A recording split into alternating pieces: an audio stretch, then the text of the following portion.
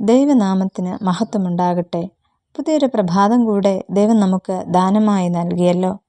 ഇന്നത്തെ നമ്മുടെ വായന ഭാഗം 2 ദിനവൃത്താന്തം 17 മുതൽ 19 വരെയുള്ള അധ്യായങ്ങളാകുന്നു. ഇന്നത്തെ കുറിവാക്യം 2 ശമൂവേൽ 2-ാം അധ്യായം 10-ാം വാക്യം. ഈശ്ബോശെത്ത് ഇസ്രായേലിൽ രാജാവായപ്പോൾ അവന് 40 വയസ്സായിരുന്നു. ശൗൽ രാജാവിൻ്റെ 4-ാമത്തെ മകനായിരുന്നു ഈശ്ബോശെത്ത്.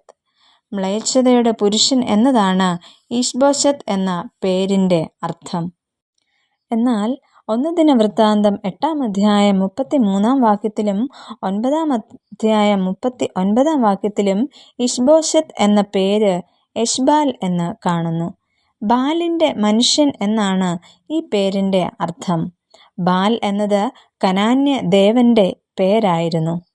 ബാൽ എന്ന പദം തന്നെ മ്ലേച്ഛമായി കരുതിയിരുന്നതിനാലാകാം എശ്ബാൽ എന്ന പേര് മാറ്റി ഈശ്ബോശെത്ത് എന്ന പേരു നൽകിയതെന്ന് ചരിത്രകാരന്മാർ അവകാശപ്പെടുന്നു.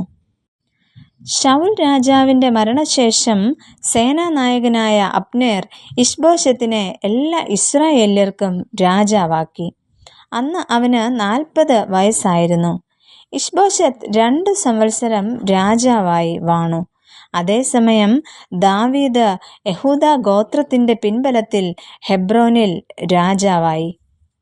ഈശ്ബോശെത്തിന് തൻ്റെ പിതാവിൻ്റെ സൈന്യാധിപനായ അബ്നേറിനെ ഭയമായിരുന്നു എന്ന് 2 ശമൂവേൽ 3-ാം അധ്യായം 11-ാം വാക്യത്തിൽ കാണുന്നു. ദാവീദ് ഈശ്ബോശെത്തിൻ്റെ അടുക്കലേക്ക് തൻ്റെ ദൂതന്മാരെ അയക്കുന്നു. അതിന് കാരണം ഇതാണ്. ദാവീദ് തൻ്റെ വിവാഹ നിശ്ചയത്തിനായി ഫെലിസ്ത്യരുടെ 100 അഗ്രചർമ്മം കൊടുത്തു വാങ്ങിയ തൻ്റെ ഭാര്യയായ മീഖളിനെ ഏൽപ്പിച്ചു തരിക എന്ന ഒരു ആവശ്യവുമായിട്ടാണ് അയക്കുന്നത്. മീഖൾ എന്ന കഥാപാത്രത്തെക്കുറിച്ച് നമ്മൾ ചിന്തിച്ചപ്പോൾ അവയെക്കുറിച്ച് നമ്മൾ കണ്ടതാണ്. ശൗൽ രാജാവ് തൻ്റെ മകളും ദാവീദിൻ്റെ ഭാര്യയുമായിരുന്ന മീഖളിനെ ഗല്ലീമ്യനായ ലയീശിൻ്റെ മകൻ ഫൽത്തിക്ക് കൊടുത്തിരുന്നു.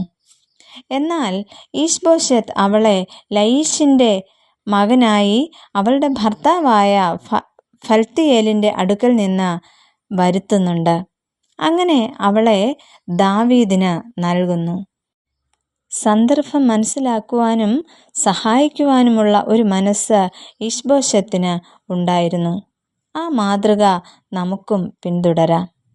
നമുക്ക് പ്രാർത്ഥിക്കാം. പ്രിയ കർത്താവേ, ആവശ്യത്തിലിരിക്കുന്നവരെ കരുതുവാനും അർഹരായവർക്ക് നീതി നടപ്പിലാക്കുവാനും ഞങ്ങളെ സഹായിക്കണമേ. ആമേൻ.